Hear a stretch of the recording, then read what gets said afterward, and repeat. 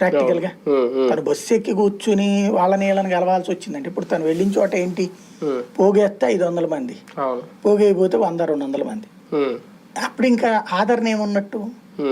Just ప్రస్తుతం ఏంటంటే publicity game నడుస్తుంది. ఒకటి, ఎవరైతే చంద్రబాబు గారిని భువనేశ్వర్ గారి కంటే ఎక్కువగా ప్రేమించేటువంటి రాధాకృష్ణ గారు, తన ఆత్మగా భావించేటువంటి రామోజీరావు గారు, వీళ్ళు ఏం చేస్తున్నారంటే తెలుసో తెలియకో తెలుగుదేశానికి మంచిగా కంటే చెడు చేశారు. ఏంటది, షర్మిలకి హైప్ ఇచ్చి తెలుగుదేశం ఓట్లు రేపు చేయడానికి తెలుగుదేశానికి పడాలి. తెలుగుదేశం పాపం చంద్రబాబు గారు కష్టపడి నానా పాటలు పడి పవన్ కళ్యాణ్ బతిని అడిగి తెచ్చుకుని, బీజేపీ వాళ్ళని బతిని అడిగి తెచ్చుకుని ప్రభుత్వ వ్యతిరేక ఓటు సీఎల్ని ఇవ్వకుండా చేసుకుందాం మొర్రు అని ఆయన కష్టపడుతుంటే, వీళ్ళేంటి చంద్రబాబుకి ఫేవర్ చేస్తున్నాం అనుకుని ఇంకొక మనిషిని తెచ్చి కూర్చోబెట్టారు. ఇప్పుడు ఏమవుతుంది, బాబుకి వ్యతిరేక జగన్కి వ్యతిరేక ఓటు బాబుకి వెళ్లాల్సిందని అటు పక్కకి టర్న్ చేయడం అవట్లా ప్రాక్టికల్ గా.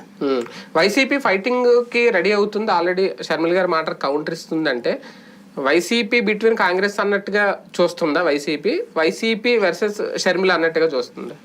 అంటే ఆన్సర్ షర్మిలకి చెయ్యాలి అని అనుకుంటుంది. ఎందుకంటే ఇప్పుడు చంద్రబాబు నాయుడు ఎంత చెప్పినా పెద్దగా జనంలోకి వెళ్ళదు.